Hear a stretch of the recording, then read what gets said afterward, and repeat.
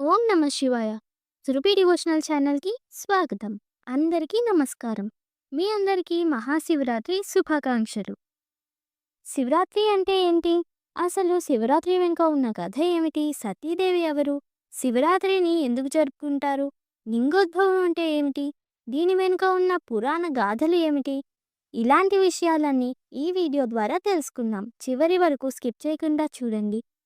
నచ్చితే లైక్ చేయండి, షేర్ చేయండి, కామెంట్ చేయండి. ఇంకా మన వీడియోలోకి వెళ్ళిపోదాం. శివరాత్రి అనేది ప్రతి నెల వస్తుంది, కానీ మహాశివరాత్రి అనేది ప్రత్యేకమైనది. ఇది మాఘమాసం కృష్ణపక్షం చతుర్దశి నాడు వస్తుంది. మరొక పురాణం ప్రకారం ఇది శివపార్వతుల వివాహం జరిగిన రాత్రి. ఇది భక్తులకు అత్యంత పవిత్రమైన రోజు. మహాశివరాత్రి గురించి అనేక పురాణాలలో, ముఖ్యంగా స్కంద పురాణం, లింగ పురాణం మరియు పద్మ పురాణాలలో ప్రస్తావింపబడింది. ఈ మధ్యయుగ శైవ గ్రంథాలు ఉపవాసం, జాగారం మరియు శివుని చిహ్నమైన లింగాన్ని పూజ చేయడం శ్రేయస్కరమని సూచించాయి. ఒక పురాణం ప్రకారం శివుడు సృష్టి, సంరక్షణ మరియు విధ్వంసం యొక్క స్వర్గీయ నృత్యం చేసే రాత్రి ఇది. శ్లోకాల పఠనం, శివగ్రంథాల పఠనం, భక్తుల శివస్మరణ ఈ విశ్వనృత్యంలో చేరి ప్రతి చోట శివుని ఉనికి స్మరించుకుంటుంది. మరొక పురాణం ప్రకారం ఈ రోజున శివుడు సముద్రమథనంలో బయటికి వచ్చిన హాలాహలాన్ని తన కంఠంలో నిలిపి నీలకంఠుడిగా, గరళకంఠుడిగా పేరొందిన రోజు కూడా శివరాత్రి రోజునేనని పురాణాలలో ప్రస్తావించబడింది. పురాణాల ప్రకారం శివుడు మరియు సతీదేవి కథ అత్యంత భావోద్వేగభరితమైనదిగా, ప్రేమ, త్యాగం మరియు ఆత్మసంకల్పంతో నిండినదిగా ఉంటుంది. పూర్వం దక్ష ప్రజాపతి అనే గొప్ప రాజు ఉండేవాడు. ఇతను బ్రహ్మకుమారుడు. అతనికి సతీదేవి అనే కుమార్తె ఉంది. ఆమె పరమశివుడి గొప్ప భక్తురాలు. చిన్నప్పటి నుండే ఆమె శివుడిని ఆరాధిస్తూ తపస్సు చేస్తూ ఉండేది. పరమశివుడినే వివాహం చేసుకోవాలనే ఆరాధనతో ఉండేది. సతీదేవికి శివుడు అంటే అపారమైన ప్రేమ. ఆమె తన తండ్రి దక్షుని నిరసనతో కూడా శివుణ్ణి పెళ్లి చేసుకోవాలని సంకల్పించుకుంది. అయితే దక్షుడు తన కుమార్తెను శివునితో పెళ్లి చేయడానికి నిరాకరించాడు. ఎందుకంటే అతను శివుణ్ణి అస్థిరంగా ఉండే తపస్విగా భావించాడు. కానీ సతీ తన తండ్రి మాటను ఖండించి శివుని వివాహం చేసుకుంది. పెళ్లి అయిన తరువాత ఆమె తన భర్త నివసించే కైలాసానికి వెళ్ళింది. ఒకసారి దక్ష ప్రజాపతి ఒక గొప్ప యాగాన్ని నిర్వహించాడు. అందులో దేవతలందరినీ ఆహ్వానించాడు. అయితే తన ద్వేషం కారణంగా దక్షుడు శివుణ్ణి మరియు సతిని ఆహ్వానించలేదు. నారదముని ద్వారా విషయాన్ని తెలుసుకున్న సతి తన పుట్టింటికి వెళ్ళాలని కోరుకుంది. అయితే అక్కడ ఆమెకు తల్లి ప్రసూతి తప్ప మరెవ్వరూ సంతోషంగా కనిపించలేదు. దక్షుడు ఆమెను అంగీకరించకపోగా శివుణ్ణి అపహాస్యం చేశాడు. భర్తకు అవమానం జరగడం సహించలేని సతి యాగాగ్నిలోకి దూకి ఆత్మార్పణ చేసుకుంది. ఈ ఘటన ద్వారా కోపంతో ఊగిపోయిన శివుడు వీరభద్రుణ్ణి సృష్టించాడు. వీరభద్రుడు యాగస్థలాన్ని ధ్వంసం చేసి దక్షుణ్ణి శిరచ్ఛేదం చేశాడు. అయితే తర్వాత బ్రహ్మ మరియు విష్ణు ప్రార్థనలకు శివుడు తన కోపాన్ని శాంతించుకుని దక్షునికి మేకతలను ఇచ్చి తిరిగి బ్రతికించాడు. ఆ తరువాత శివుడు సతీదేవిని భుజంపై వేసుకుని భయంకరమైన రౌద్రతాండవం చేశాడు. ఇది చూసిన దేవతలందరూ భయభ్రాంతులవ్వగా శ్రీ మహావిష్ణువు తన సుదర్శన చక్రంతో సతీదేహాన్ని 18 భాగాలుగా విభజించాడు. ఈ భాగాలే భారతదేశంలోని 18 ప్రదేశాలలో పడి 18 శక్తిపీఠాలుగా ప్రసిద్ధి చెందాయి. సతిని కోల్పోయిన శివుడు సమాజం నుండి దూరంగా వెళ్ళి తీవ్ర తపస్సులో మునిగిపోయాడు. ఈ పరిస్థితిని ఉపయోగించుకున్న తారకాసురుడు బ్రహ్మదేవుని నుండి వరం పొందాడు. అదేమిటంటే శివుని కుమారుడు తప్ప తనను మరెవ్వరూ చంపలేరు అనే వరాన్ని పొంది విశ్వాన్ని భయభ్రాంతులకు గురిచేశాడు. ఇదిలా ఉండగా పార్వతి హిమవంతుడు మరియు మీనా కుమార్తెగా జన్మించింది. ఆమె పెరిగాక నారదముని ఆమెకు తన విధిని తెలిపాడు. ఆమె శివునితో వివాహం కావాల్సినదని, కానీ శివుణ్ణి తిరిగి సమాజంలోకి తెచ్చేందుకు తపస్సు చేయాలని చెప్పాడు. అప్పుడు పార్వతి అసాధారణమైన తపస్సు ప్రారంభించింది. 1000 సంవత్సరాల పాటు ఆమె కేవలం పండ్లు మరియు పూలను మాత్రమే తినేది. కొన్ని వందల సంవత్సరాల తరువాత పతనమైన ఆకులనే తినేది. చివరికి ఆహారాన్ని కూడా పూర్తిగా వదిలి గాలిని మాత్రమే ఆహారంగా తీసుకుని జీవించింది. ఆమె తపస్సు ముగిసిన తరువాత బ్రహ్మదేవుడు ప్రత్యక్షమై, నీవు చేసిన తపస్సును విశ్వంలో ఎవ్వరూ చేయలేరు అని ప్రశంసించి ఆమెను బ్రహ్మచారిణి అని కీర్తించాడు. ఇది నవరాత్రులలో 2వ రోజు అమ్మవారి రూపంగా పూజింపబడుతుంది. ఇదే సమయంలో దేవతలు తారకాసురుణ్ణి ఓడించడానికి శివుణ్ణి వివాహం చేసుకోవాలని కోరారు. వారంతా కలిసి మన్మధుడు అనే కామదేవుణ్ణి శివుని తపస్సును భంగపరచమని పంపారు. కానీ శివుడు కోపంతో కామదేవుణ్ణి భస్మం చేశాడు. చివరకు పార్వతి నిస్వార్థమైన భక్తిని పరీక్షించేందుకు శివుడు ఒక తపస్విగా మారి ఆమె వద్దకు వచ్చాడు. శివుడు పార్వతిని తన తపస్సును విరమించమని ప్రేరేపించే ప్రయత్నం చేశాడు. కానీ ఆమె తపస్సులో ఏమాత్రం ఒడిదుడుకులు రాలేదు. దాంతో శివుడు సంతోషించి తన నిజస్వరూపంలో ప్రత్యక్షమై ఆమెను వరించి పెళ్లికి అంగీకరించాడు. శివపార్వతుల కళ్యాణం అనే ఘట్టాన్ని మనమే స్వయంగా చదివిన, వేరొకరి ద్వారా విన్నా రాని అనుభూతి కేవలం బ్రహ్మశ్రీ చాగంటి కోటేశ్వరరావు గారి వర్ణనలో మనకి ఆ అనుభూతి కలుగుతుంది. ఆయన వర్ణన ఎలా ఉంటుంది అంటే, మనమే ఆ సన్నివేశంలో ఉన్నామా, మనం ఆ ఘట్టాన్ని చూస్తున్నామా అన్నట్టు ఆ భావాన్ని కలిగించేలా ఆయన మాటలు ఉంటాయి. కాబట్టి ఇప్పుడు శ్రీ చాగంటి కోటేశ్వరరావు గారి మాటల్లో మనం శివపార్వతుల సంభాషణను, శివపార్వతుల కళ్యాణ ఘట్టాన్ని విని అదే అనుభూతిని పొందే ప్రయత్నం చేద్దాం. అడిగాడు, నన్ను కళ్యాణం చేసుకోమనే కదా నువ్వు వచ్చావు, మనమిద్దరం అభిన్నులం, ఎప్పుడూ అది దంపతులం, రా కైలాసానికి వెళ్ళిపోదాం. ఆవిడంది రాను. గతంలో ఇలాగే నేను అనేక అవతారాల్లో కళ్యాణం చేసుకున్నాను. దక్ష ప్రజాపతి కుమార్తెగా ఉన్నప్పుడు కూడా చేసుకున్నాను. ఈ అవతారంలో అలా రాను. నువ్వు నా పుట్టి ఇంటికి రావాలి. ఎక్కడ నా పుట్టిల్లు? హిమవత్ పర్వత ప్రాంతంలో హిమవంతుడుండేటటువంటి చోటికి రావాలి. వచ్చి కన్యార్థివి కావాలి. నువ్వు అడగాలి, పెద్దవాళ్ళని పంపించాలి. పంపించి, అయ్యా మీ అమ్మాయిని నాకు ఇవ్వండి అని అడగాలి. మా నాన్నగారు అమ్మగారు ఒప్పుకోవాలి. నేను కైలాసానికి వచ్చి పెళ్ళాడడం కాదు, నువ్వు కైలాసం విడిచిపెట్టి నా దగ్గరికి రావాలి. అలా జరగాలి కళ్యాణం తప్ప ఇంకొకలా నేను కైలాసానికి నీతో వచ్చేసి కైలాసంలో మన ఇద్దరం పెళ్లి చేసుకోవడం అన్నమాట ఉండదు. నువ్వు రా, పెద్దవాళ్ళని పంపించు, అర్థించు కన్యది. ప్రతి వశుడు కదా మరి అలాగే అయితే పెద్దవాళ్ళని పంపిస్తాను అని కైలాస పర్వతానికి వెళ్ళిపోయాడు. మేనకాదేవి ఒప్పుకుంది, హిమవంతుడు ఒప్పుకున్నాడు. అంతా పూర్తి. నీలాహిమేని కంటెను నీలాలుల కంటే ఇంద్ర నీలము కంటెన్ నీల రుచి పోలు నంబుక నీలాలక లేమి చెప్ప నీలగ్రీవా అన్నారు. చాలా అందమైందయా, నీకు తగిన ఇల్లాలన్నారు. సంతోషించారు. అన్నీ పూర్తయిపోయిన తర్వాత దేవతలు వచ్చారు. వచ్చి శివ ఒక చిన్న విజ్ఞాపన అన్నారు. ఏమి చెప్పండి అన్నాడు.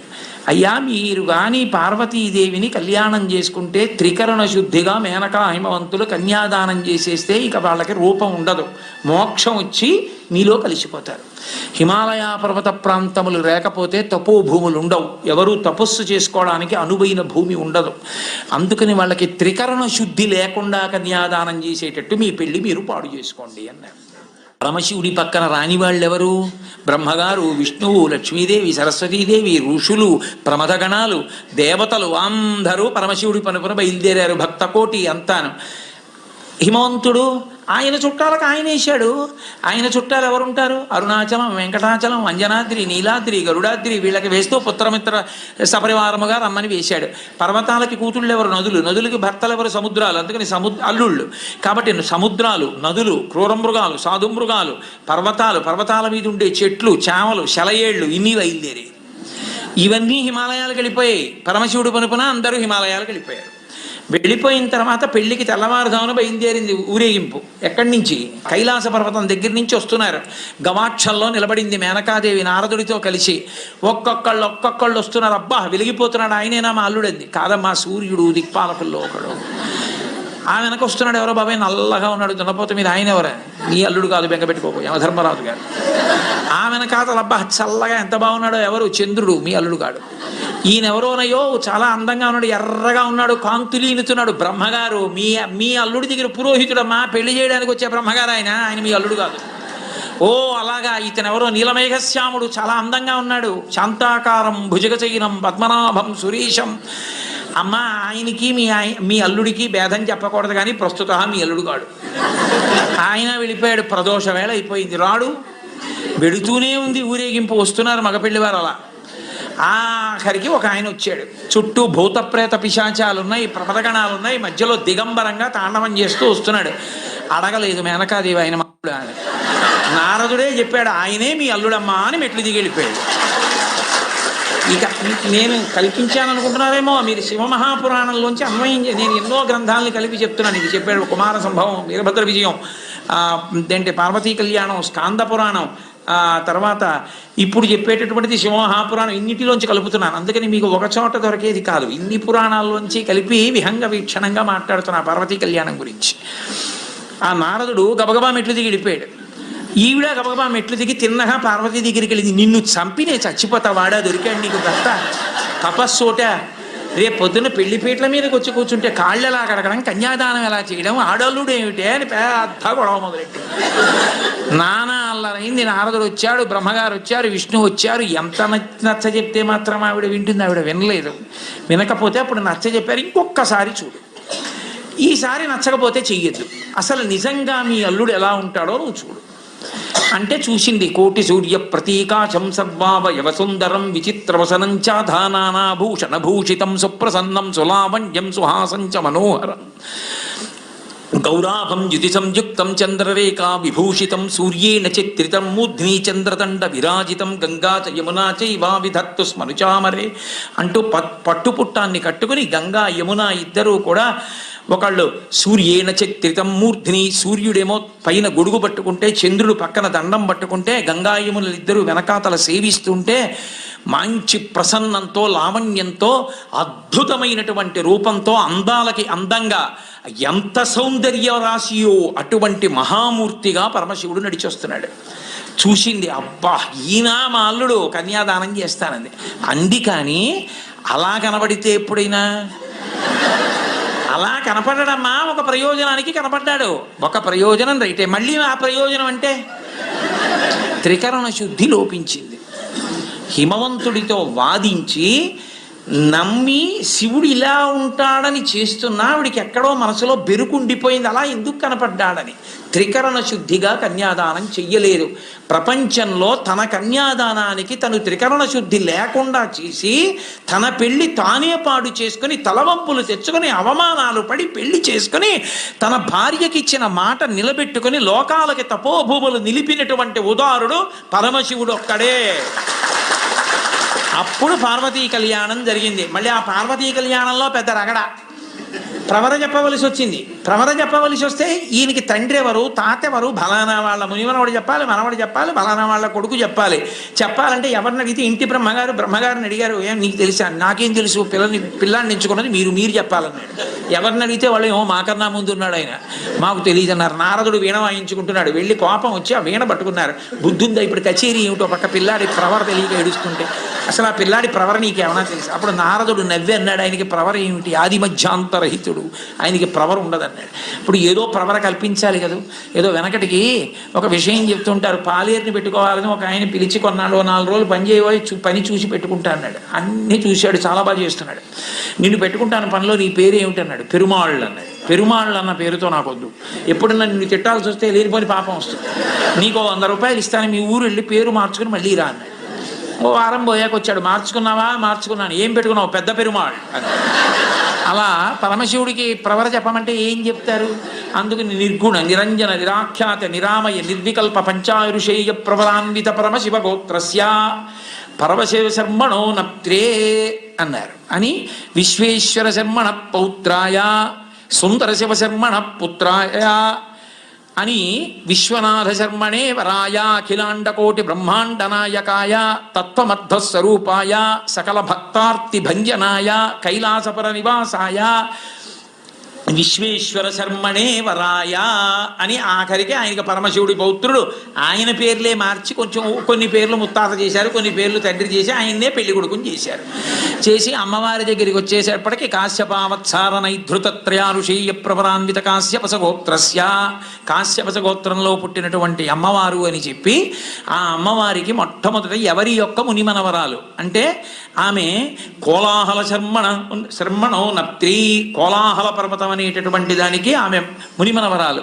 అలాగే త్రికూటాచల పర్వతం, అలాగే హిమవత్ పర్వతం, హిమవంతుని యొక్క పుత్రి, తత్వమర్థస్వరూపిణి మహాలక్ష్మీ రూపిణీం కన్యాం అని చెప్పి పార్వతీదేవిని కన్యాదానం చేయించి పార్వతీ పరమేశ్వర కళ్యాణాన్ని పూర్తి చేశారు.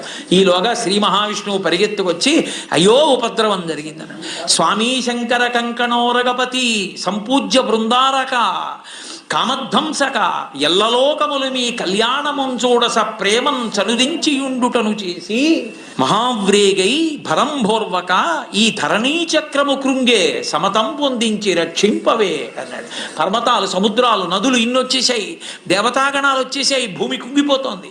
మీ కళ్యాణానికి ఇంతమంది రావడంలో అటు బరువు తగ్గింది, ఇటు బరువు ఎక్కువైంది, అయ్యా ఈ భూమిని రక్షించండి అన్నారు. వెంటనే అగస్త్య బ్రహ్మని పిలిచి, మహానుభావ అగస్త్య, నువ్వు ఒక్కడివే అంతటి శక్తివంతుడివి, నువ్వు దక్షిణ దేశానికి వెళ్ళిపోతే ఈ భూమండలం నిలబడుతుందని అగస్త్యుణ్ణి దక్షిణ దేశానికి పంపించారు. అక్కడతో భూమి సమత్వాన్ని పొందింది. పార్వతీ పరమేశ్వరుల యొక్క కళ్యాణం పూర్తయింది. ఆ తల్లిదండ్రులైనటువంటి పార్వతీ పరమేశ్వరుల్ని కళ్యాణ వేదిక మీద ఎవరు చూస్తారో, అక్షతలు మనం పోసుకున్నాం అనుకోండి, ప్రజా మే కామ సమృజ్యతాం, యజ్ఞో మే కామ సమృజ్యతాం, శ్రియో మే కామ సమృజ్యతాం అని అడుగుతాం. నాకు ఐశ్వర్యము కలుగుగాక, సంతానము కలుగుగాక, అలాగే యజ్ఞములు చేసేటటువంటి అధికారము కలుగుగాక, నాకు అటువంటి అదృష్టము కలుగుగాక అని. పార్వతీ పరమేశ్వరులు కళ్యాణం చేసుకున్నప్పుడు ఒండురుల యొక్క శిరస్సుల మీద పోసుకున్నటువంటి శ్వేతాక్షతల్ని ప్రసాదంగా తీసుకుని అవి మన శిరస్సు మీద పోసుకుంటే పెళ్లి కాని వారికి పెళ్ళి అవుతుంది, పిల్లలు లేని వారికి పిల్లలు పుడతారు, ప్రమాదాలు పొంచి ఉన్న వారికి తప్పిపోతాయి, సమస్త లోకాలు సుఖంగా ఉంటాయి. ఒక్కసారి పార్వతీ పరమేశ్వర కళ్యాణం చేస్తే ఆ మంత్రముల యొక్క ప్రకంపనలు వాతావరణంలోకి ప్రవేశించినటువంటి కారణం చేత ఆ ప్రాంతమంతా కూడా సుభిక్షంగా శోభిల్లుతుంది. మనందరి ఎడల పార్వతీ పరమేశ్వరుల యొక్క నిర్హేతుక కృపాకటాక్ష వీక్షణములు ప్రసరించుగాక. మీరు కనుక లింగోద్భవం వీడియో చూడకపోయింటే డిస్క్రిప్షన్లో ఉన్న లింక్ని క్లిక్ చేసి చూడగలరు. మా వీడియో కనుక మీకు నచ్చినట్లయితే లైక్ చేయండి, షేర్ చేయండి, కామెంట్ చేయండి. మరిన్ని ఆధ్యాత్మిక అంశాల కోసం మా సురభి డివోషనల్ ఛానల్ని సబ్స్క్రైబ్ చేసుకోండి.